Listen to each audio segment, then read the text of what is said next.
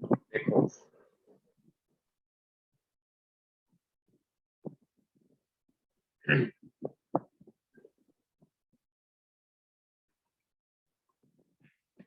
देखो दीदी, ऐसा है, हम लोग कैश फ्लो स्टेटमेंट स्टार्ट करेंगे आज। और इस चैप्टर को स्टार्ट करने से पहले हम लोग ना जो भी इसके अंदर में पढ़ने वाले हैं उन सबका एक बार टॉपिक बना लेते हैं, फिर अपने स्टार्ट करते हैं चैप्टर को। एंड मोस्ट प्रोबेबली दीदी कोशिश ये रहेगा मेरा, जो आपका नेक्स्ट वीक आएगा ना, उसमें आपका 2 की जगह पे 4 क्लासेस होगा। 2 की जगह पे 4 क्लास होगा। कोशिश हम करेगा 4 क्लास देने का। एंड आई होप हम नेक्स्ट वीक तक इस चैप्टर को कंप्लीट कर ले, बिकॉज अपने पास में 6 क्लासेस हाथ में है। आज होगा, एक सैटरडे को हो जाएगा और बाकी 4 आपका नेक्स्ट वीक में। तो आई होप आपका नेक्स्ट वीक तक ये चैप्टर हम खत्म कर पाएगा। अभी हम आपको टॉपिक्स लिखा रहा, आप मेरे साथ में कॉपी में नोट बनाते भैया हैं। आपका वॉइस बहुत स्लो आ रहा है। स्लो आ रहा है, एक सेकंड रुको, चेक करो।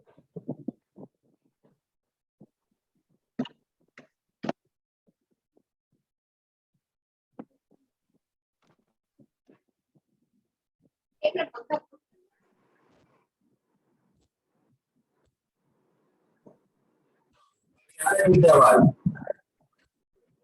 हाँ भैया। ऐसा दीदी कुछ टॉपिक से फटाफट टॉपिक। भैया नहीं आ रहा बस। आवाज नहीं आ रहा।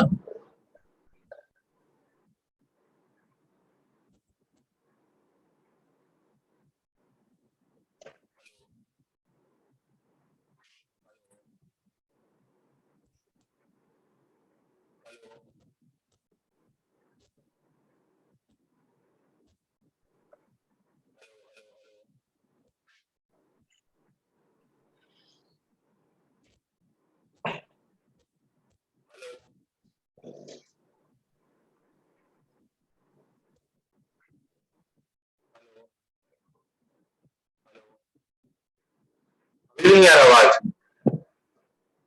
हेलो, आवाज हाँ भैया। ठीक से आ रहा होगा, आवाज ठीक होगा। भैया लेकिन बहुत ब्रेक कर रहे हैं। एक सेकंड रुको। हाँ अब सही था एकदम।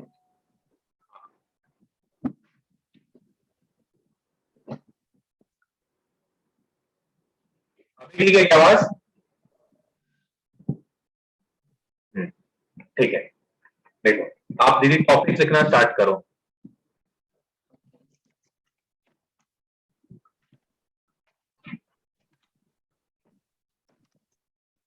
सबसे पहले हम लोग पढ़ेंगे कि कैश फ्लो ही क्यों पढ़ना है हम लोगों को। और ये सब सिर्फ और सिर्फ बेसिक्स देने के लिए फटाफट इन सब चीजों को खत्म करेंगे। वाई कैश फ्लो स्टेटमेंट, और इसके अंदर में हम लोग पढ़ने वाले हैं uses of cash flow statement.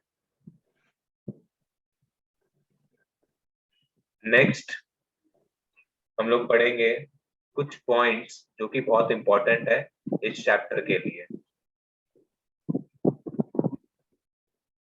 वो सब देखेंगे। फिर हम लोग देखेंगे इस चैप्टर के अंदर में कि कैश फ्लो के अंदर में कौन कौन सी एक्टिविटीज आती हैं और उन सबके एग्जाम्पल्स को चेक करेंगे। और अब सबसे important, format of cash flow.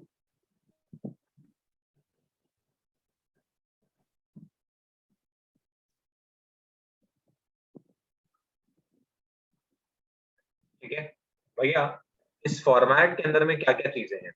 सबसे पहले हम लोग को ये पता करना पड़ेगा इनडायरेक्ट मेथड क्या होता है।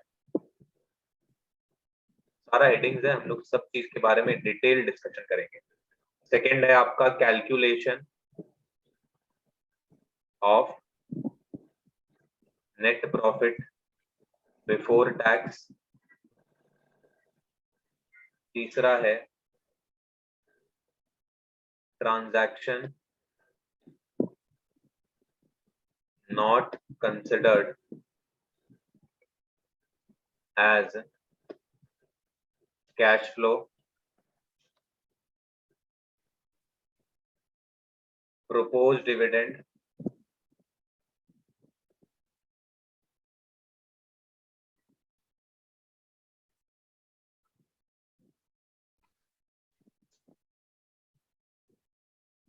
provision for tax और asset account। ये सारा दीदी लिख लो तो मेरे को बताना।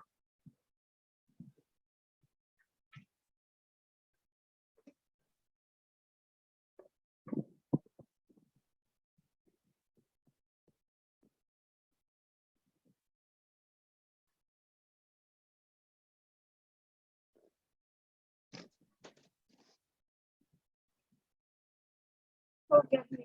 हो गया। अच्छा भैया सबसे पहला टॉपिक क्या है? सबसे पहला टॉपिक है वाई कैश फ्लो स्टेटमेंट। इसका दीदी अब आप हेडिंग दे दो, वाई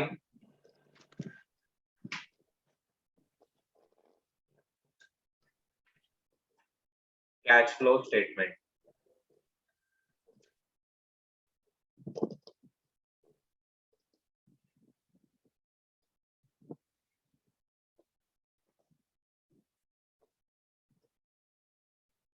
ठीक है, पहले दीदी हम कुछ डिस्कशन करेगा, उसके बाद में हम यहाँ पे जो लिखवाना है वो हम लिखवाएगा। ठीक है, आप देख रहा होगा हम यहाँ पे जब नोट्स लिखवाया था, टॉपिक लिखवाया था, तो यहाँ पर हम वाई कैश फ्लो स्टेटमेंट के नीचे में लिखा है uses of cash flow statement. तो uses of cash flow statement दीदी आपका कुछ थ्योरेटिकल चीज हो गया जिसमें हम लोग बहुत सारा पॉइंट लिखेंगे, आपको समझ में आया कि भैया कैश फ्लो स्टेटमेंट इतना इंपॉर्टेंट क्यों है। लेकिन उससे पहले दीदी मेरे को डिस्कशन करना है कि कैश फ्लो स्टेटमेंट पढ़ना ही किस लिए। भैया ये कैश फ्लो स्टेटमेंट कुछ तरीके से भैया कैश बुक जैसा नाम नहीं लग रहा? एग्जैक्टली भैया कैश फ्लो आपका एक्चुअली में बताता क्या है हम लोगों को? क्योंकि कैश फ्लो हम लोगों को ये बताता है कि किसी एक बिजनेस में कितना कैश फ्लो इनफ्लो हुआ और कितना कैश आउटफ्लो हुआ, मतलब कितना कैश आया और कितना कैश गया, ये हम लोगों को कैश फ्लो से पता चलता है। तो अब आप दीदी मेरे को बोलेगा भैया हम लोग बचपन में एक तो अकाउंट बनाते थे, या फिर आप बोल सकते हैं कि जर्नल में बनाते थे, स्पेशल जर्नल में कैश बुक नाम का। हाँ भैया, और उसमें हम लोग डेबिट साइड में लिखते थे जो जो पैसा आया और क्रेडिट साइड में लिखते थे जो जो पैसा गया। हाँ या ना? यस भैया, डेबिट में और क्रेडिट में कुछ लिखते थे। तो ये है भैया सपोज कर लो कैश अकाउंट। तो भैया यहाँ पर जितना भी पैसा मिलता था वो हम लोग यहाँ पे लिखते थे रिसीट्स। यस, और यहाँ पे भैया हम लोग लिखते थे पेमेंट्स, जितना भी पैसा हम लोग पेमेंट्स किए थे वो लिखते थे यहाँ पर। और भैया यहाँ पर हमारे पास में ओपनिंग बैलेंस होता था, टू बैलेंस बीडी करके हम लोग लिखते थे, और यहाँ पर हम लोग लिखते थे भैया बाई बैलेंस सीडी करके। अब ऐसा है भैया कि ओपनिंग यहाँ पर दे दिया गया, क्लोजिंग यहाँ पर दे दिया गया। एग्जैक्ट सपोज कर लो दीदी, सपोज कर लो आपका जो ओपनिंग का बैलेंस था, ऐसे एग्जांपल ले रहे हैं, ओपनिंग का बैलेंस था 2000 रुपए। ठीक है, 2000 रुपए। अब आपका जो क्लोजिंग का बैलेंस है वो है 10,000 रुपए। तो अगर दीदी कोई मेरे से पूछे कि भाई तुम साल भर में, पूरे साल भर काम करके क्या तुम 8,000 रुपया का कैश इनफ्लो जनरेट किया है कि नहीं किया है, तो हम बोलेंगे हाँ बिल्कुल किया है। तो भैया ये कैश इनफ्लो आया कैसे होगा?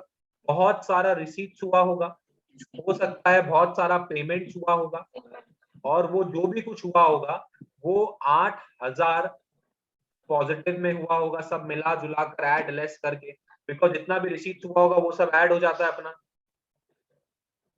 और जितना भी अपने पास में पेमेंट है तो सबको अपने माइनस कर देंगे। हाँ या ना? तो भैया अपने पास में देखा जाए तो नेट में 8,000 रुपया टोटल इनफ्लो आया होगा। तो भैया आप देख लीजिए ओपनिंग में आपका 2,000 था, अब उसमें 8,000 जोड़ दीजिए, आपका 10,000 रुपया आ गया। बोले हाँ बात तो सही बोल रहे हो। तो भैया फिर हम लोग कैश अकाउंट बना रहे तो फिर कैश फ्लो बनाने का जरूरत ही क्या? जरूरत पड़ता है, बिकॉज दीदी कैश फ्लो कुछ कुछ ऐसी ऐसी चीजों के बारे में हम लोगों को बताता है जो कि कैश अकाउंट नहीं बता सकता। और आपको ये भी जानकर आश्चर्य होगा कि हम जब आप लोगों को फाइनेंशियल स्टेटमेंट पढ़ाया था, भैया financial statement, yes financial statement of companies, उसके अंदर में बताया था कि आपका एक तो बैलेंस शीट होता है, एक आपका एसओपीएल होता है, एक आपका नोट्स टू अकाउंट्स होता है, और एक आपका कैश फ्लो स्टेटमेंट होता है। वैसे एक और होता है जिसको अपने statement of changes in equity बोलते हैं, वो ऐसे अपने वो सिलेबस में उतना है नहीं। तो ये अपने को पता है, ये अपने को पता है। अब दीदी सीएफएस के बारे में आप खुद देख लो, इसको फाइनेंशियल स्टेटमेंट्स के अंदर में इंक्लूड किया गया, मतलब ये बहुत ही इंपॉर्टेंट चीज है। तो भैया ये ऐसा क्या बता, ऐसा है कि ये जो 8,000 रुपया का आपका इनफ्लो हुआ कैश का, ये कुछ 3 एक्टिविटीज के कारण हुआ है, और वो 3 एक्टिविटीज अपने लोगों को कैश फ्लो को पढ़कर ही पता चले, क्योंकि वो 3 एक्टिविटीज से ही कैश फ्लो बनता है। भैया वो 3 एक्टिविटी का एक बार नाम तो ले लीजिए आप। बिल्कुल, एक का नाम, ऑपरेटिंग, फाइनेंसिंग और इन्वेस्टिंग। एक होता है आपका ऑपरेटिंग एक्टिविटीज, दूसरा है आपका इन्वेस्टिंग एक्टिविटीज, इन्वेस्टिंग और तीसरा फाइनेंसिंग। एक्टिविटी। फाइनेंसिंग। अच्छा, तो भैया ये 3 एक्टिविटीज है। ओके, तो भैया ये 3 एक्टिविटी क्या चीज में हेल्प करता है, नहीं करता है, हम बाद में बताएगा। मेरे को सिर्फ और सिर्फ इतना बताना है आपको कि क्या आपको ऐसा नहीं लग रहा जितना ज्यादा एनालिसिस कैश फ्लो स्टेटमेंट करके दे पा रहा है, उतना एनालिसिस कैश अकाउंट नहीं दे पा रहा है? बिकॉज कैश अकाउंट तो सिर्फ और सिर्फ ओपनिंग बताया और क्लोजिंग बताया, हाँ या ना? लेकिन भैया जो कैश फ्लो स्टेटमेंट है वो तो अपने लोगों को ये भी बता रहा है कि ऑपरेटिंग एक्टिविटी से कितना इनफ्लो आया होगा या आउटफ्लो हुआ होगा, इन्वेस्टिंग एक्टिविटी से कितना आउटफ्लो आया होगा, इनफ्लो हुआ होगा, फाइनेंसिंग से भी वही बताएगा। तो भैया कैश फ्लो स्टेटमेंट में कुछ तो बात है। और भैया ये जो बात है ना, इस बात को दीदी हम लोग बोल सकते हैं कि cash flow statement helps us इन एनालिसिस। वो एनालिसिस करने में बड़ा हेल्प करता है हम लोगों को। ठीक, तो भैया एक बात तो समझ में आ गया कि कैश फ्लो स्टेटमेंट बनाया क्यों जाता है। तो दीदी इसके बारे में 2-4 लाइन लिख लेते हैं हम लोग, प्यारा प्यारा सा। आइए,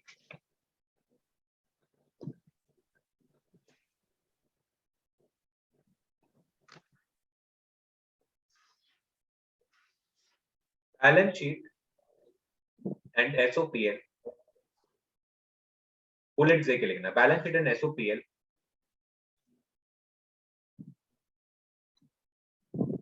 do not give information about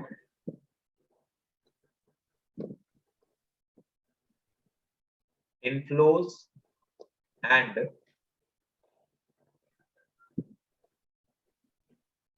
outflows of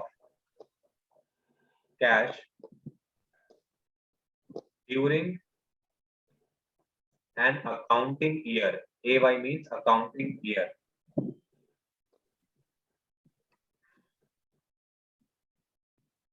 This information is provided by cash flow statement. This information is provided by cash flow statement. Okay. Next bullet में लिखेंगे, we can say cash flow helps us in analyzing the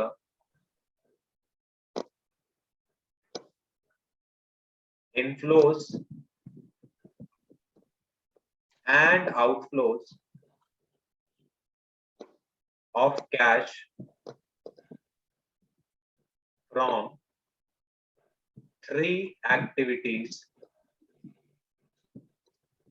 that is operating activities,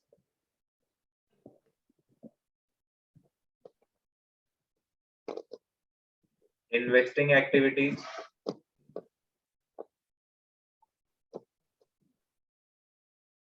and financing activity.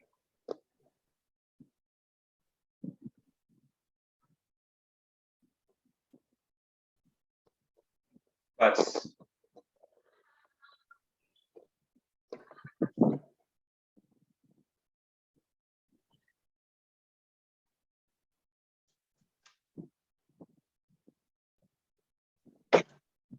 accounting standard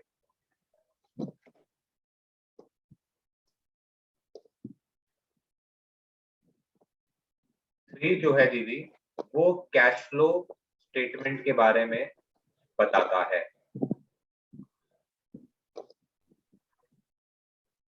बस इसमें दीदी अपने इतना ही लिखेंगे Y cash flow. अब अपने इसी पॉइंट के अंदर में, ये जो हेडिंग है इसी के अंदर में अपने लिखेंगे यूजेस क्या क्या है इसका, यूजेस ऑफ CFS। सारा दीदी लिख लिया? हाँ भैया। ओके,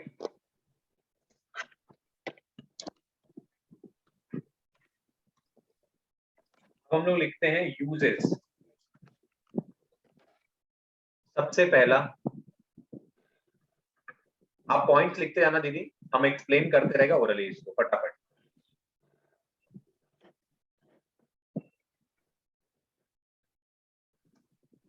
सबसे पहला facilitates planning.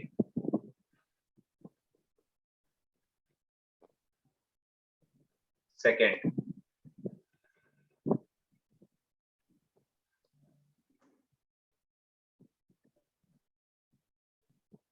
helps in ascertaining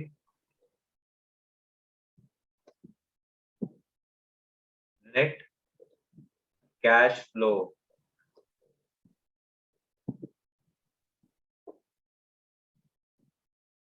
तीसरा,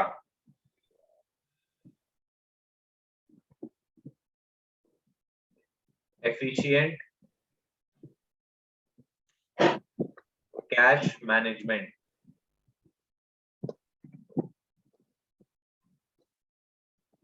चौथा,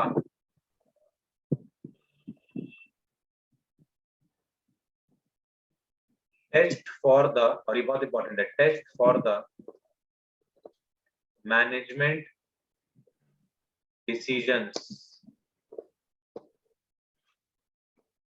पांचवा,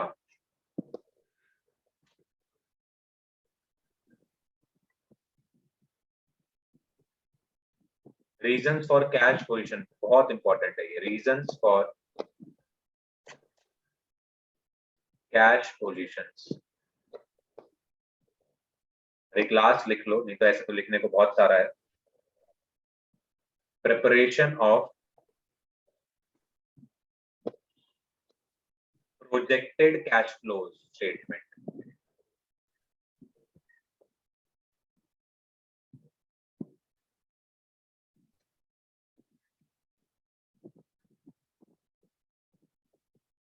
बस लिख ले दीदी सारा साथ साथ में मेरे।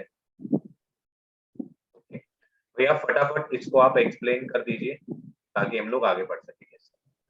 सबसे पहला, फैसिलिटेट प्लानिंग। प्लानिंग करने का मतलब क्या होता है, हम लोग प्लानिंग क्यों करते हैं, ताकि फ्यूचर में हम लोग बेटर परफॉर्म कर सकें। ठीक है, प्लानिंग करने का मेन मकसद हम लोगों का यही होता है। ठीक है, अब दीदी जैसे कि आप देखा होगा, हम आपको बताया कि जो कैश फ्लो स्टेटमेंट बनाने के पीछे सबसे इंपॉर्टेंट कारण ये होता है कि वो हम लोगों को एनालिसिस करने में हेल्प करता है।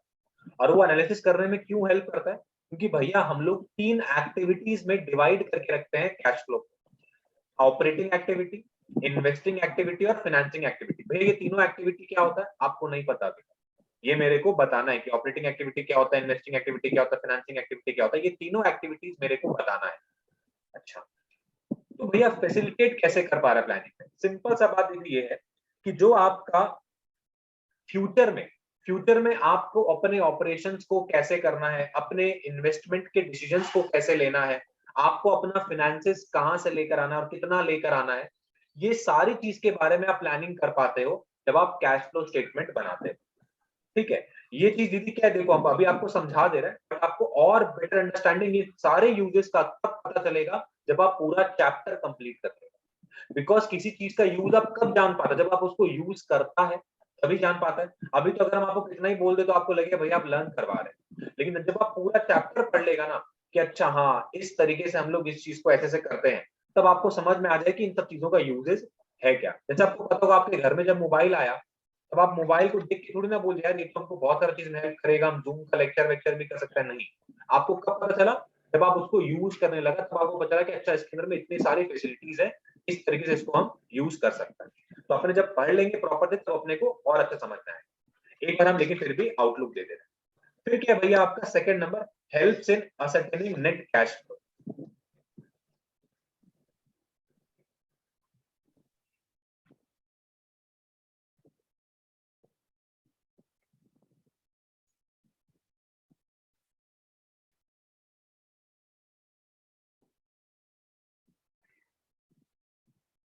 हेल्प्स इन असर्टेनिंग नेट, हाँ ठीक है, helps in ascertaining net cash flow. देखो दीदी, between receipts or payments, ना cash receipts or cash payments. हाँ जैसे कि आप देखा था कैश अकाउंट जैसे हम बनाया था वहां पर आप नोटिस किया होगा, हम डेबिट साइड में सारा पैसा जो आ रहा है वो लिख रहा है, क्रेडिट साइड में हम लिख रहे हैं जो भी पैसा जा रहा है। तो अपने जब उन सबको ऐड और लेस करते हैं तो हम लोग को नेट कैश फ्लो पता चल जाता है। और उसी तरीके की दीदी हम लोग जब आपका तीनों एक्टिविटीज को लिखते हैं, ये कुछ भी नहीं है, ये कैसे समझ लो आप कैश फ्लो ही है, सॉरी कैश अकाउंट ही है, बट हम उसको थोड़ा सा बड़े रूप में पढ़ रहे हैं, ठीक है। और इसके अंदर में बहुत सारी और चीजें जो कि हम लोगों को देखनी पड़ती है जिससे कि हमारा दिमाग और खुलता है।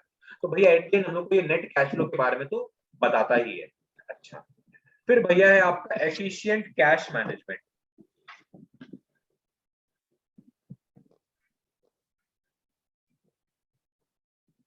हाँ देखो दीदी, एफिशिएंट कैश मैनेजमेंट का मतलब दीदी ये हो गया कि हम लोग हमारे कैश को मैनेज कैसे कर रहे हैं। वाह भैया ये तो आप खाली 3 वर्ड को पढ़ के ही बोल दे कि कैश को मैनेज कैसे कर रहे हैं, नहीं। सुनो, अगर दीदी सपोज कर लो आपको कैश फ्लो स्टेटमेंट को देखकर ये समझ में आ रहा है कि नहीं भाई हमारे पास में बहुत ज्यादा कैश इनफ्लोज होता है, तो हम लोगों को दीदी उतना लोन लेने का जरूरत नहीं पड़ेगा। एंड इवन यदि सपोज कर लो अगर हम लोग हमारे बिजनेस को एक्सपैंड करना है तो भी हम लोग को आसानी से लोन मिल जाएगा, क्योंकि कोई भी जो बैंक होगी ना वो चेक करेगी कि क्या ये अपने ऑपरेशंस को करके पैसा जनरेट कर पाता है कि नहीं कर पाता है, इनफ्लोज जनरेट कर पाता है कि नहीं कर पाता है। अगर पॉजिटिव कैश फ्लोज है तो दीदी उन लोगों को लगेगा कि नहीं यार इसको पैसा दे देना चाहिए। तो देखा जाए दीदी हम लोग हमारे कैश को प्रॉपर्ली मैनेज कर पाते हैं अपने कैश फ्लो स्टेटमेंट को देखकर कि हाँ हम लोग को इतने पैसे का जरूरत है, इतना लेना चाहिए हम लोगों को पैसे। नेक्स्ट क्या हो गया, test for the management decisions.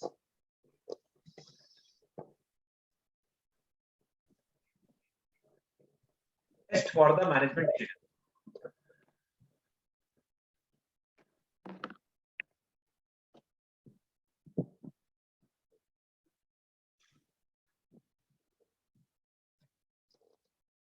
देखो हम दीदी छोटा सा एक ओवरव्यू दे रहे हैं, फटाफट देखना। मेरे को लिखना है। नहीं नहीं बिल्कुल नहीं लिखना आपको ये चीज, ये खाली समझा रहे हैं।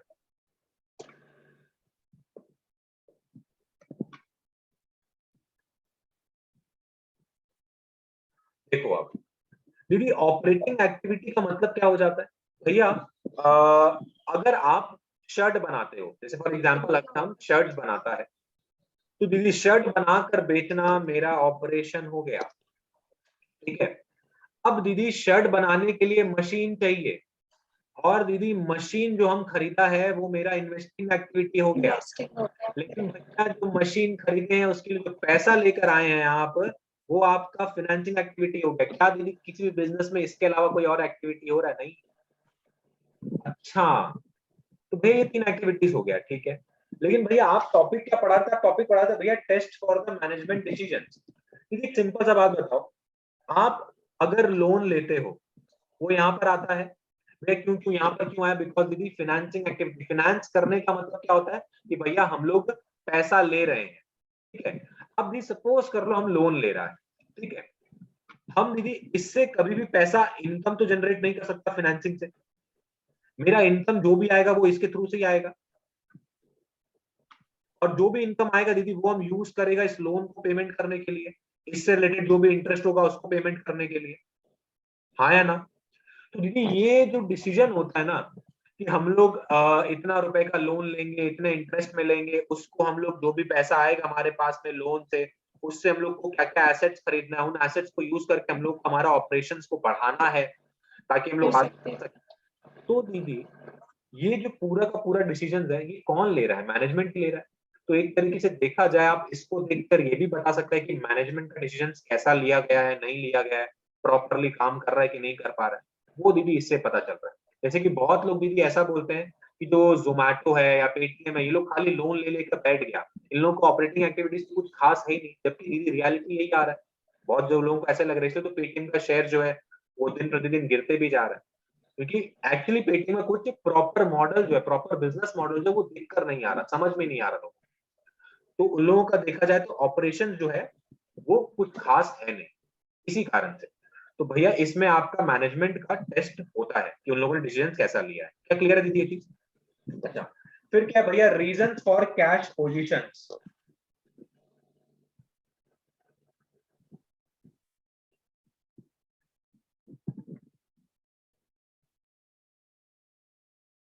देखो,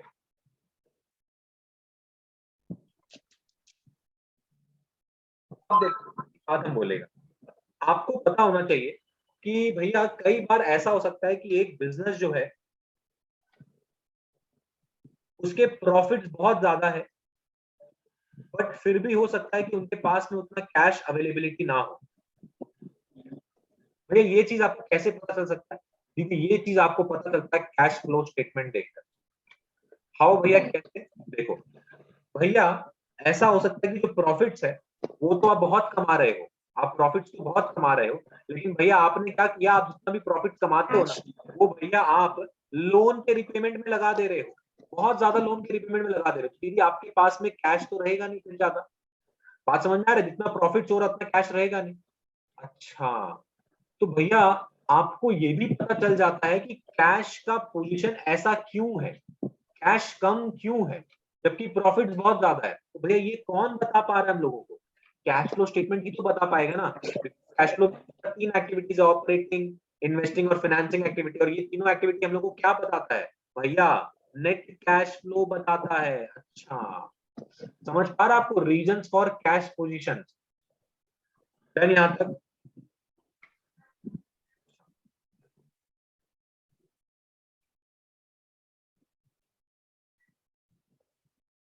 फिर क्या है भैया? Preparation of projected cash flow. दीदी इसमें वर्ड प्रोजेक्टेड वर्ड का मीनिंग क्या होता है? displayed, क्या बोल रहे दीदी?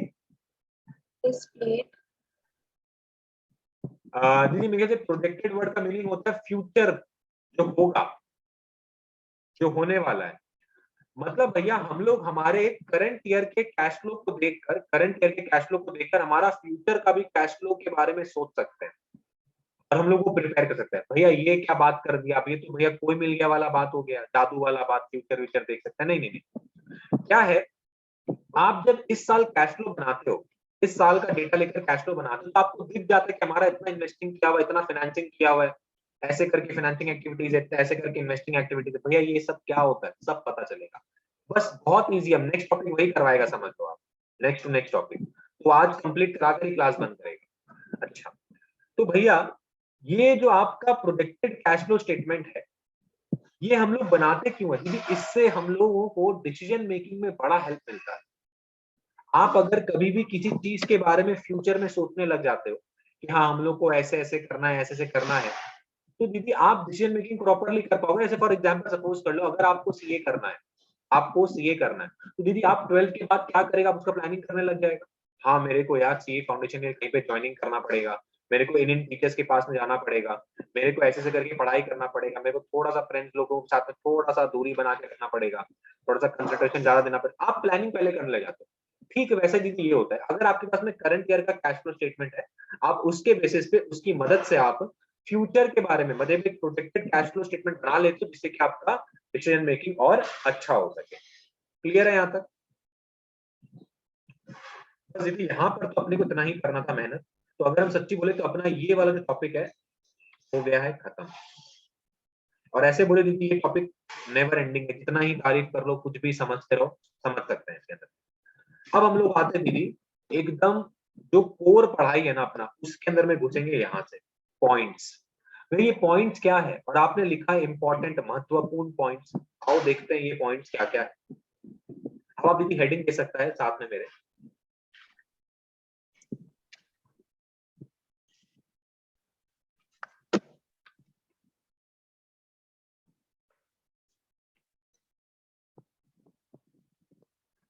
हम दीदी अभी आपको जो जो चीज बताएगा उसमें से आपको लर्न करना पड़ेगा चीजों को, लेकिन जहां जहां जरूरत पड़ेगा मेरे को समझाने का वो हम आपको समझाएगा भी। और इन सारे पॉइंट्स का यूज अपने को आने वाला है अपना कैश फ्लो स्टेटमेंट के अंदर।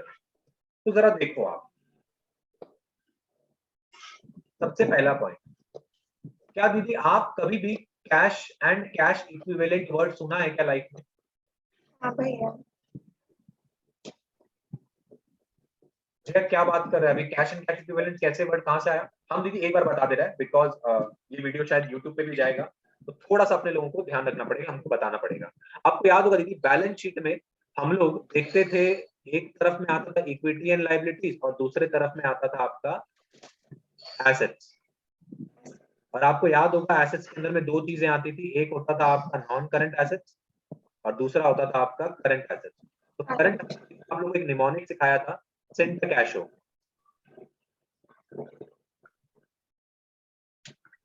हाँ भैया ये तो याद है। उसी में दीदी जो आपका ये सीए होता है ना, ये कैश एंड कैश इक्विवेलेंस कहलाता है। क्योंकि हम लोग जब 11 में थे, जब हम लोग बच्चे थे, तब हम लोग पढ़ते थे कैश बैलेंस, बैंक बैलेंस, वही चीज दीदी यहाँ पर कैश एंड कैश इक्विवेलेंस कहलाता है। तो दीदी अब कैश एंड कैश इक्विवेलेंस कहलाता है, अब हम लोग को ये पक्का पता करना पड़ेगा कैश एंड कैश इक्विवेलेंस के अंदर में चीजें क्या क्या आती हैं। तो जो जो लोग मेरे से बैलेंस शीट पढ़ चुका है उन लोगों को पता होगा क्या क्या आता है, लेकिन हम लोग अभी अब कैश फ्लो पढ़ रहे हैं तो हम लोग को वो चीज देखना पड़ेगा सबसे पहला। और ये जैसा हम नोट बना रहे हैं बिल्कुल वैसा ही नोट बनाना है। सबसे पहला है भैया कैश और दूसरा है आपका कैश इक्विवेलेंस। क्या क्या आता है जरा देखिए। सबसे पहला दीदी जो कैश है इसके अंदर में आपको लिखना है कैश इन हैंड। वाह भैया।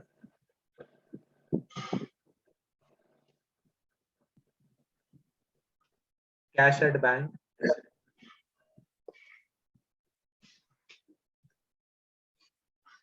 और डिमांड डिपॉजिट्स विद बैंक। ठीक है, ये तीन चीज। Cash at bank, demand deposit, अब समझ लो ऑलमोस्ट सेम ही हो गया, बट ये वर्ड्स ताकि डिफरेंस क्रिएट ना करे हम लिख दिया एक बार। अच्छा भैया कैश इक्विवेलेंस क्या हो गया?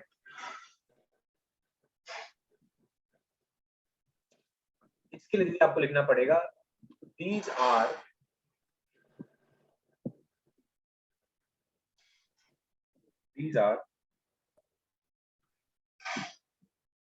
short term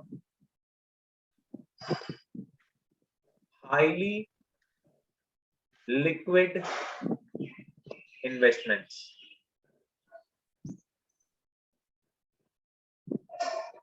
भैया शॉर्ट टर्म मतलब बहुत ही कम अवधि का होता है, बहुत ही कम समय के लिए होता है, और हाईली लिक्विड होता है। भैया हाईली लिक्विड का मतलब आप इसको बेचोगे तो फटाफट पैसा वैसा मिल जाएगा। अच्छा,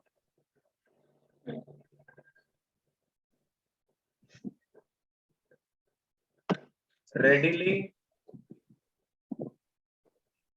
कन्वर्टेबल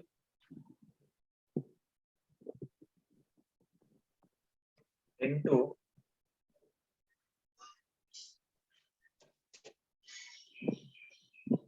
कैश।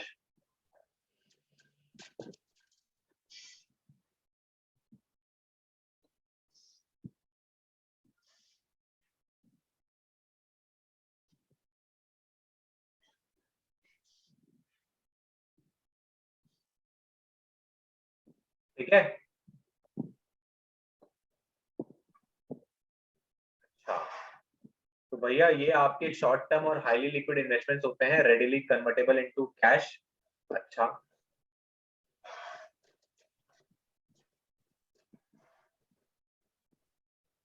भैया इधर अमाउंट नोन का मतलब? अमाउंट नोन का मतलब दीदी ये जब अपने इसको मार्केट में बेचेंगे ना तो कितना पैसा मिलेगा ये अपने को पहले से पता रहता है। समझ में आ रहा है, मतलब ऊपर नीचे नहीं होता, अपने को पता है देंगे तो इतना रुपया मिल ही जाएगा, ये चीज हो गया।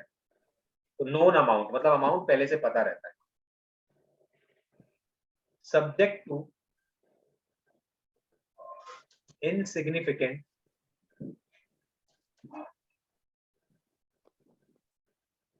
Risk of change in value. इसका मीनिंग बता पाएगा दीदी? मतलब भैया इसकी वैल्यू में ना चेंज होना, मतलब इसका जो भी वैल्यू है, जो भी वर्थ है, वो भैया आपका ज्यादा डामाडोल नहीं होता। जितना रुपया लिखा हुआ भैया उतना रुपया अपने को मार्केट में से मिल जाएगा। सब्जेक्ट इनसिग्निफिकेंट रिस्क, मतलब भैया एकदम ना के बराबर सा रिस्क होता है इसके अंदर। समझ में आया? ऐसा तो जिस जिस चीज को दीदी हम अंडरलाइन कर रहा है वो बहुत इंपॉर्टेंट है। इसी को अपने कैश इक्विवेलेंस बोलते हैं। ठीक है,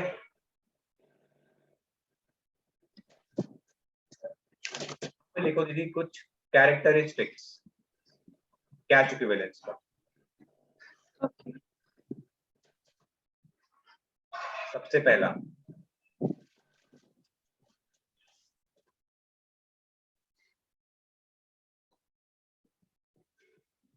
मैच्योरिटी पीरियड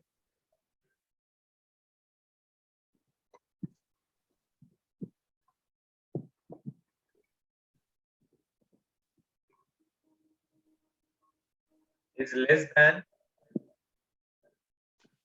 3 या months. equals to 3 months।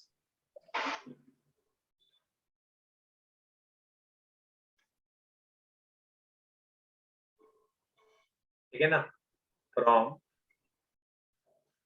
Date of purchase. ये मीनिंग क्या हो गया बता रहे, रुक जा। Roman number 2,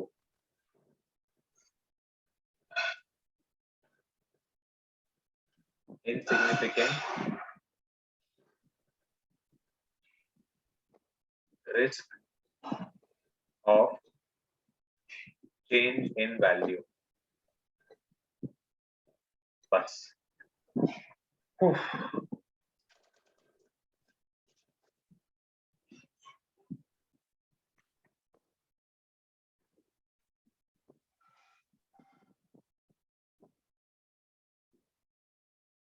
examples of cash equivalence, commercial papers, ये सब दीदी कंपनियां इशू करती हैं। कमर्शियल पेपर्स, इन्वेस्टमेंट इन प्रेफरेंस शेयर्स,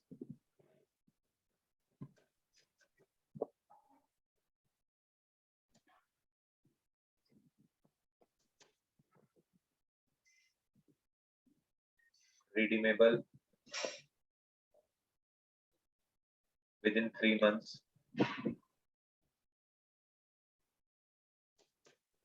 treasury bills,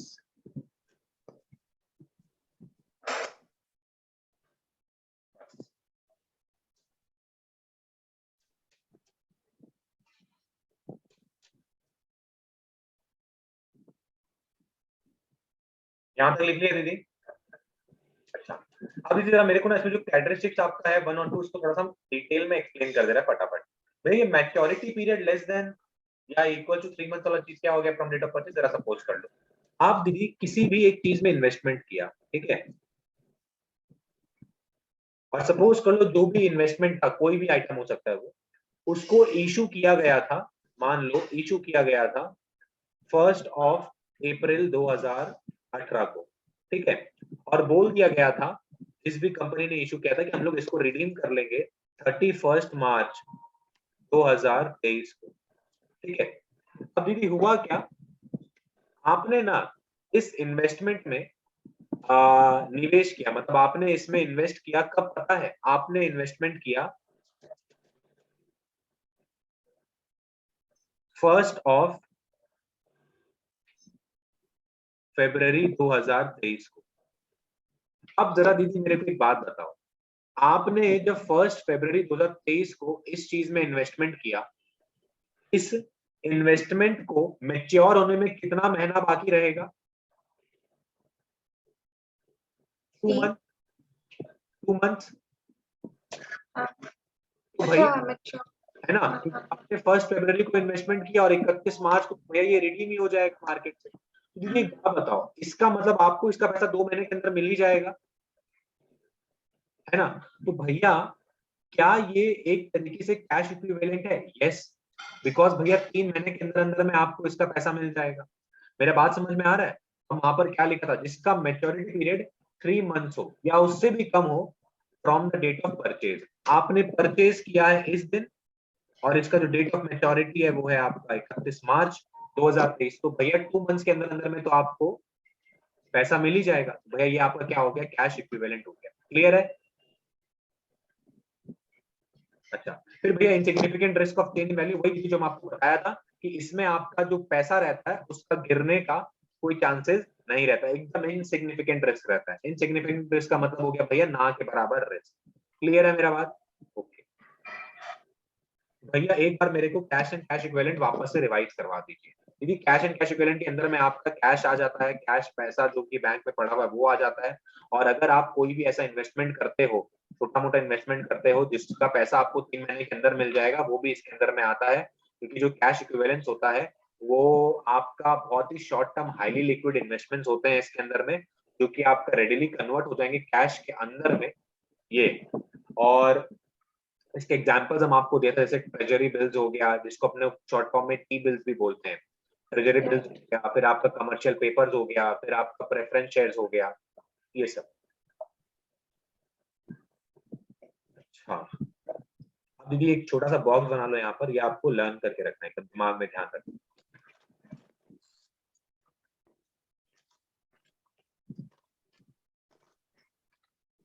अगर कोई भी जगह पर आप शॉर्ट टर्म इन्वेस्टमेंट देख रहा है, तो ये शॉर्ट टर्म इन्वेस्टमेंट का मतलब क्या हो गया पता है भैया? ये वही हो गया cash equivalence. Short term investment का मतलब हो गया ऐसा इन्वेस्टमेंट जिसका पैसा आपको 3 महीने के अंदर में मिल जाएगा। Short term investment and marketable securities,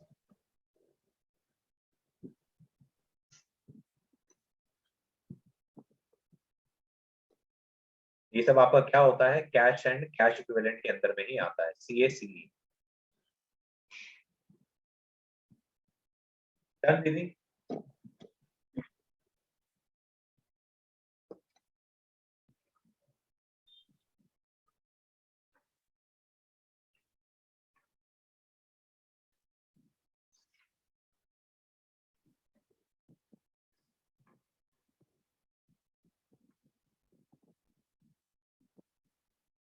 तो अगर देखा जाए भैया एक समरी में,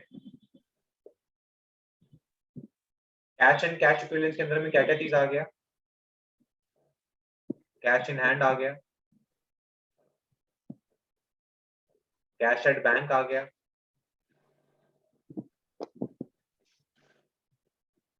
शॉर्ट टर्म डिपॉजिट्स आ गया,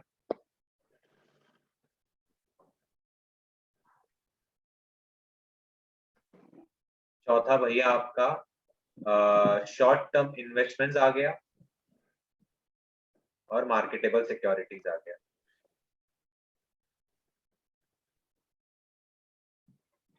बस इतना दीदी आपको ध्यान में रखना है। क्लियर है ये चीज? ओके भैया, एक बार फिर से छोटा सा फटाफट revision. Cash and cash equivalent, दीदी देखो, कैश मतलब क्या हो गया भैया? पैसा जो कि रोकड़ा आपका भी हाथ में पड़ा हुआ है, ठीक है। और भैया बैंक में वही पैसा पड़ा हुआ, तो मतलब भैया वो आप ही का पैसा भैया, आप अभी जाकर निकाल सकते हो उसमें से। कैश जो पैसा बैंक में पड़ा हुआ है भैया। कैश इक्विवेलेंट वर्ड का मतलब क्या होगा? देखो ना दीदी, अगर वर्ड के हिसाब से देखो ना, कैश इक्विवेलेंट मतलब कैश के जैसा ही। कैश इक्विवेलेंट मतलब कैश के जैसा ही। अच्छा, और देखो दीदी यहाँ पर हमने एक वर्ड लिखवाया था, रेडिली कन्वर्टेबल इनटू कैश, मतलब भैया जिस दिन बेचेंगे ना उस दिन पैसा मिल जाएगा आपको। रेडिली कन्वर्टेबल भैया बहुत ही लिक्विड है, ये देखो लिक्विड है बहुत, समझ में? अच्छा, तो भैया उसको भी अपने क्या मान रहे हैं, कैश एंड कैश इक्विवेलेंट के अंदर में ही मान ले रहे हैं कि वो अभी बेचेगा अभी पैसा मिल जाएगा, वैसा चीज है। समझ में आ रहा है? लेकिन वही दीदी आप फिक्स्ड एसेट्स के बारे में सोचो, क्या वो हाईली लिक्विड होता है? नहीं भैया, उसको आप अभी बेचना चाहेंगे तो बिक जाएगा? नहीं भैया, वक्त लगता है बेचने। लेकिन कैश इक्विवेलेंट जो होता है वो आपका कुछ ऐसा चीज होता है। डन है यहाँ तक? ओके, नेक्स्ट,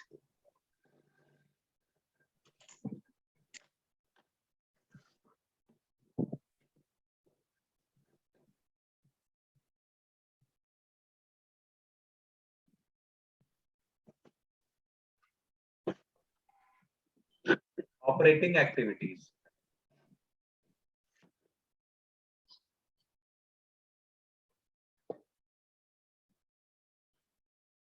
इसको दीदी अपने बोलते हैं principal revenue producing activity.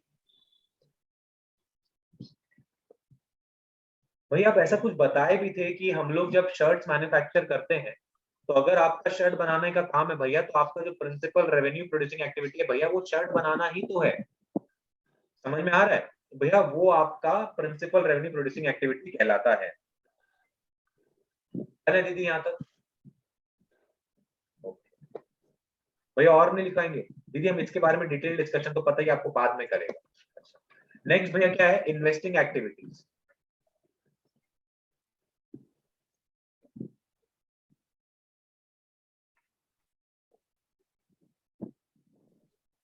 Investing activities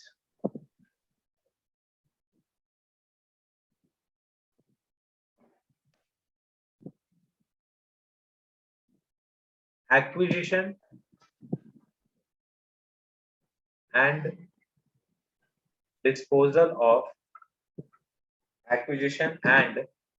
disposal of long term assets। मतलब भैया खरीदना और बेचना हमारे लॉन्ग टर्म एसेट्स का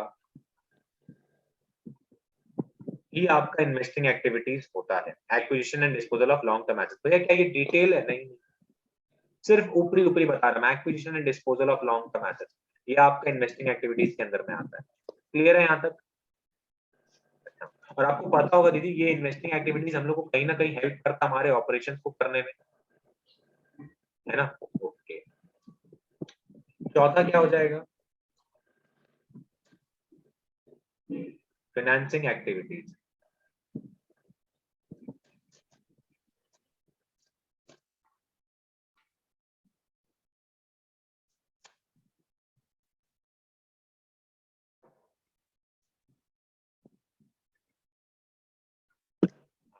अच्छा दीदी याद रखना, जब अपने इन्वेस्टिंग एक्टिविटीज का बात कर रहे हैं तो हम जैसे यहाँ पर लिख दिया लॉन्ग टर्म एसेट्स। दीदी अब आप एक चीज खुद सोचो, हम जब कैश एंड कैश इक्विवेलेंट का बात कर रहा था, क्या cash and cash equivalent assets नहीं होता? हाँ भैया एसेट्स तो होता है, लेकिन क्या दीदी cash and cash equivalent long term assets होता है कि करंट एसेट्स होता है? भैया करंट होता है। तो भैया यहाँ पर आप करंट एसेट्स के बारे में बात नहीं कर रही है, talking about long term assets means non current assets. ठीक है ना?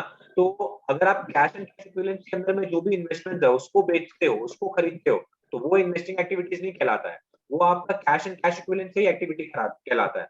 जैसे फॉर एग्जांपल सपोज कर लो, अगर हम मार्केटेबल सिक्योरिटीज परचेज कर लिया, या फिर अगर हम आपका शॉर्ट टर्म इन्वेस्टमेंट्स परचेज कर लिया, तो वो मेरा कैश कैश इक्विवेलेंस का एक्टिविटी हो गया, वहां पर आपका एडलेस होगा।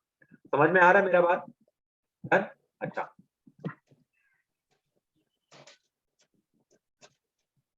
फिर क्या भैया? Financing activities.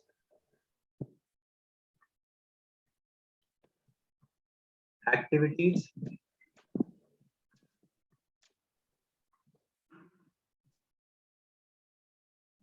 that result in the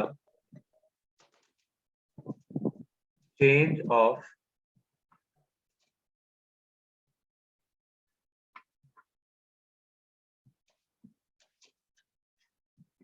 composition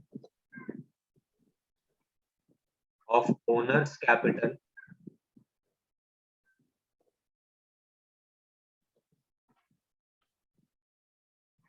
and borrowings of the company।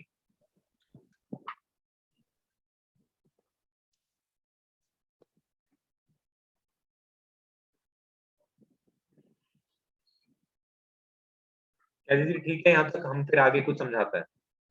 अच्छा, अब भैया एक चीज में बता दीजिए क्या हो रहा है, जरा देखो दीदी। हम यहाँ पे टी शेप बैलेंस शीट बना रहे हैं, टी शेप।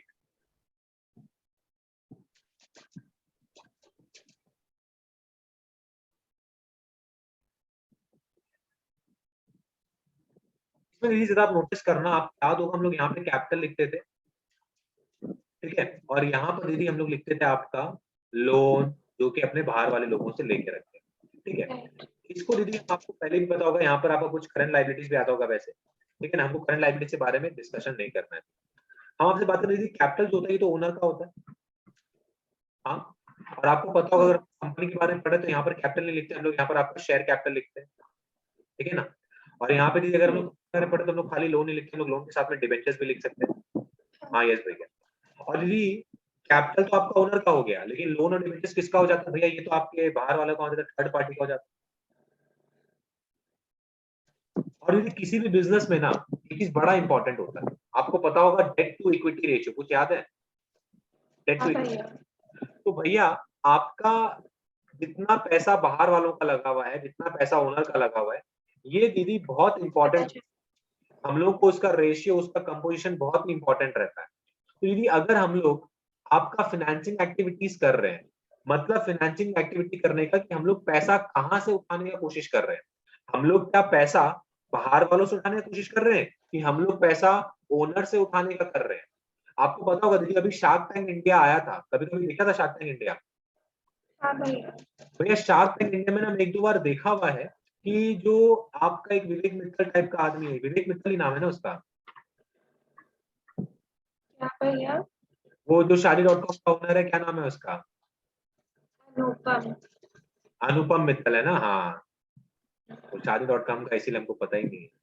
अनुपम मित्तल छोड़ो, अनुपम मित्तल दीदी जो भी है, वो दीदी कई बार क्या करता था कि ऑफर जब पुट कर रहा रहता था तो बोलता था कि देखो भाई हम 10% इक्विटी के लिए आपको 1 करोड़ रुपया दे रहे हैं और हम आपको 20 लाख रुपीस का डेट दे रहे हैं। दीदी वो डेट जब देता था, पता है वो क्यों दे रहा था डेट? क्योंकि दीदी उसको एक बात पता था कि ससुरा इसके ऊपर में इंटरेस्ट उसको मिलेगा ही मिलेगा।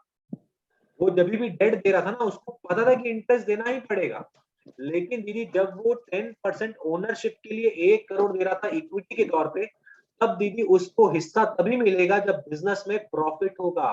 पता है दीदी, इसीलिए ये लोग जो थे ना, ये लोग डेट के पीछे कभी कभी पड़ जाते थे। ये लोग बोलते थे नहीं यार हमको बिजनेस का ओनरशिप तो मिल रहा है ठीक है, लेकिन हम 20 लाख रुपए डेट भी दे देते ताकि मेरा कहीं ना कहीं से फिक्स इनकम तो आए, ऐसा। अच्छा, तो भैया ये क्या हुआ दीदी? देखो वो लोग कितना, ये कितना बढ़िया तरीके से हमका मतलब कंपोजिशन बना कर देता था। 1 करोड़ हम इक्विटी के तौर पे दे रहे हैं और आपका 20 लाख रुपए डेट के तौर पे दे रहे हैं। दीदी जिस इंसान को ये पैसा मिला, जिस इंसान को ये पैसा मिला उसको देखा जाए टोटल तौर पे कितना रुपया मिला? 1.2 लाख। तो इसका मतलब 1 करोड़ 20 लाख रुपया,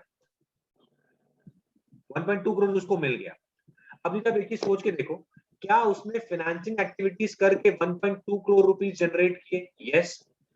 लेकिन भैया अगर देखा जाए तो इस 1.2 करोड़ में आपका 1 करोड़ जो था वो आपका इक्विटी के लिए आया, और आपका जो 20 लाख रुपया था वो आपका डेट के तौर पे आया। तो भैया हम लोग को फाइनेंसिंग एक्टिविटी से क्या पता चलता है? हम लोग को ये पता चलता है कि अगर हम लोग फाइनेंसिंग एक्टिविटी कर रहे हैं तो हमारे ओनर्स के कैपिटल में और जो कंपनी का बोरोइंग्स है उसमें क्या चेंजेस आ रहा है, उनके कॉम्पोजिशन में चेंजेस क्या आ रहा है। आपको पता है ना कॉम्पोजिशन क्या होता है? जैसे फॉर एग्जाम्पल अपने बोलते हैं ना कि 100 ग्राम आटा में आप इतना पानी मिला दो, वो कॉम्पोजिशन हो गया, कॉम्पोजिशन है। क्लियर है? ओके भैया, आप अभी तक क्या पढ़ा है कुछ याद नहीं है? हाँ हमको भी ऐसा लग रहा है कुछ भी आपको याद नहीं हुआ। ठीक है, एक काम करते हैं,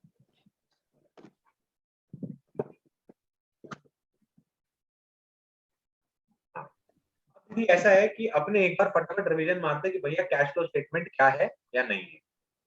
जरा देख भैया, आप बता रहे थे कि कैश फ्लो स्टेटमेंट हम लोग को इसलिए बनाना चाहिए क्योंकि भैया जो कैश अकाउंट होता है ना वो हम लोग को बहुत सारा इन्फॉर्मेशन प्रोवाइड नहीं कर सकता, एनालिसिस करने में हेल्प नहीं कर सकता, और साथ ही साथ में भैया जो हम लोग बैलेंस शीट और एसओपीएल बनाते हैं वो हम लोग को बिजनेस में जितना भी इनफ्लो हो रहा है आउटफ्लो हो रहा है कैश का उसके बारे में कोई इन्फॉर्मेशन नहीं देता है।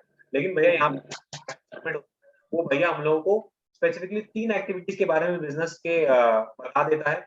क्या क्या activities? Operating activity, financing activity और इन्वेस्टिंग एक्टिविटीज।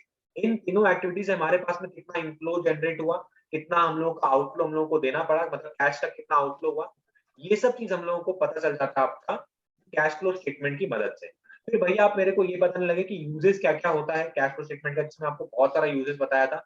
इसमें इंपॉर्टेंट ये था कि मैनेजमेंट का डिसीजन में के बारे में पता चलता है हम लोगों को, हम लोगों को कैश का पोजीशन के बारे में रीजंस पता चलता है, हम लोगों को प्रोटेक्टेड कैश फ्लो स्टेटमेंट की मदद से क्या डिसीजन मेकिंग कर पाएंगे। ऐसे कई सारे यूजेस हम लोग देखे थे। यूजेस हमारे लिए उतना दीदी इंपॉर्टेंट है नहीं, हम लोग बस पढ़ेंगे उसको। हमारे जो इंपॉर्टेंट है दीदी हम लोग स्टार्ट किए थे पॉइंट से। जिसमें हम लोग सबसे पहले ये पढ़ेंगे कैश एंड कैश इक्विवेलेंस क्या होता है। अगर एकदम छोटा रूप में बताएं, कैश एंड कैश इक्विवेलेंस होता है आपका cash in hand, cash at bank, marketable security, short term investment या फिर कुछ डिपॉजिट जो कि आपका बैंक में पड़ा हुआ है, बस इतना ध्यान रखना है। क्लियर है? लेकिन भैया एक बार बता दीजिए ना कि आपका शॉर्ट टर्म इन्वेस्टमेंट होता क्या है, मार्केटेबल सिक्योरिटीज हो क्या गया? ऐसा इन्वेस्टमेंट जो कि आपका 3 महीना या 3 महीना के अंदर अंदर बिक जाएगा और आपको पैसा जनरेट करके दे देगा। याद रखना ये जितना भी इन्वेस्टमेंट होता है ये आपका बिल्कुल हाईली लिक्विड होता है और इसके अंदर में इनसिग्निफिकेंट रिस्क होता है इसकी वैल्यू का गिरने का। क्लियर है? ये अपने पढ़े। फिर दीदी अपने पढ़े ऑपरेटिंग एक्टिविटी। ऑपरेटिंग एक्टिविटीज का मतलब हो गया भैया प्रिंसिपल रेवेन्यू जनरेटिंग एक्टिविटी। जैसे कि अगर हम शर्ट्स बनाते हैं तो शर्ट बनाकर जो भी मेरे को शर्ट्स बेचकर जो मेरे को पैसा मिल रहा है वो मेरा प्रिंसिपल रेवेन्यू जनरेटिंग एक्टिविटी हो गया। फिर वैसे दीदी आपका इन्वेस्टिंग एक्टिविटीज के अंदर में क्या था भैया, जिस तरीके से हम लोग अपने पैसे को इन्वेस्ट करते हैं कहीं पर आपका फिक्स्ड एसेट्स के अंदर में या किसी दूसरी कंपनी के शेयर्स में, उसको इन्वेस्टिंग एक्टिविटीज हम लोग बोलते हैं। अच्छा, मतलब भैया इन्वेस्टिंग एक्टिविटीज का मतलब हो गया एक्वायर करना और बेचना अपने लॉन्ग टर्म एसेट्स, अपने लॉन्ग टर्म एसेट्स। क्लियर है? अच्छा भैया, क्या मार्केटेबल सिक्योरिटीज को बेचना भी इन्वेस्टिंग एक्टिविटीज होगा? कतई नहीं, कभी भी नहीं। क्यों भैया? क्योंकि दीदी वो आपका कैश एंड कैश इक्विवेलेंस के अंदर में ही आ जाता है, खरीदना और बेचना।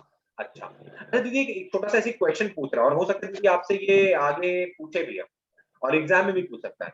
दीदी अगर सपोज कर लो हम मार्केटेबल सिक्योरिटीज खरीद रहा है, ध्यान सुनना, हम कैश देकर मार्केटेबल सिक्योरिटीज खरीद रहा है। मार्केटेबल सिक्योरिटीज मतलब क्या? शॉर्ट टर्म इन्वेस्टमेंट खरीद रहा है भैया। क्या इससे आपके कैश एंड कैश इक्विवेलेंट के टोटल में कोई फर्क आएगा क्या? सोच के बोलो। नहीं। क्यों भैया? भैया कैश गया कैश और भैया इन्वेस्टमेंट आ गया। भैया एक तौर पे देखा जाए तो भैया कैश एंड कैश इक्विवेलेंट तो भैया वही का वही रहा, चेंज तो हुआ ही नहीं। ये ऐसे ही हम पूछते वैसे आगे क्वेश्चन थे इसके ऊपर में।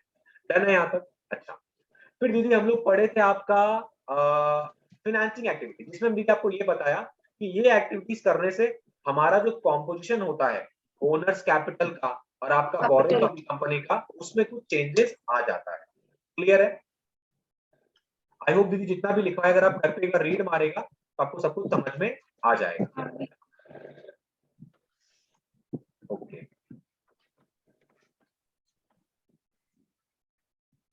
भैया, आपने क्या मेरे को ये पॉइंट्स वाला काम भी करवा दिया क्या? ये दीदी ऑलमोस्ट हम करवाएंगे। हम दीदी आपको एक चीज बता दे रहा है, ये जो एक्टिविटीज ऑफ कैश फ्लो है ना विद एग्जांपल्स, ये दीदी पूरा का पूरा 2 से 2.5 घंटा का एक क्लास होगा, ठीक है, जो कि हम आपको सैटरडे को करवाएगा। और इस दिन दीदी हम लोग बड़ा ही अमेजिंग तरीके से सारे के सारे एक्टिविटीज को पढ़ेंगे और सारा का सारा एग्जांपल्स भी देखेंगे। लेकिन अभी दीदी आप मेरे बोलने पर कुछ लिख लो, खाली लिख लो।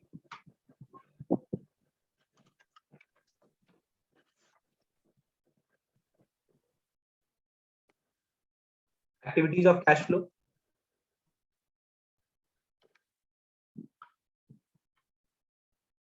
there are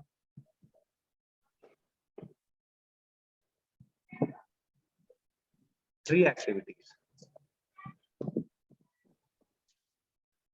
Number 1, operating activities.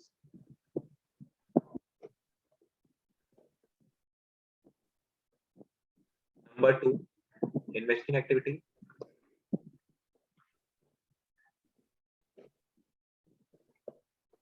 Number 3, financing activity.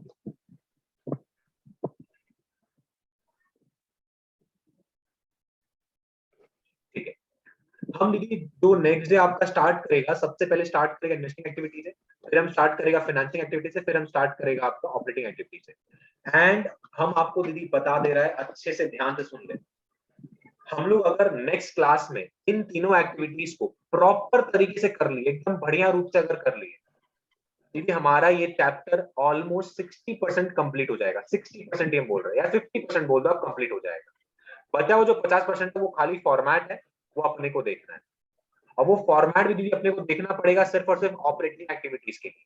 अगर आपको इन्वेस्टिंग एक्टिविटी और फाइनेंसिंग एक्टिविटी नेक्स्ट क्लास में समझ में आ गया तो समझ लो ऑपरेटिंग एक्टिविटीज ही समझना रहेगा आपको और कुछ भी समझना नहीं रहेगा कैश फ्लो स्टेटमेंट के अंदर। क्लियर है? अच्छा, एक सेकंड रुको।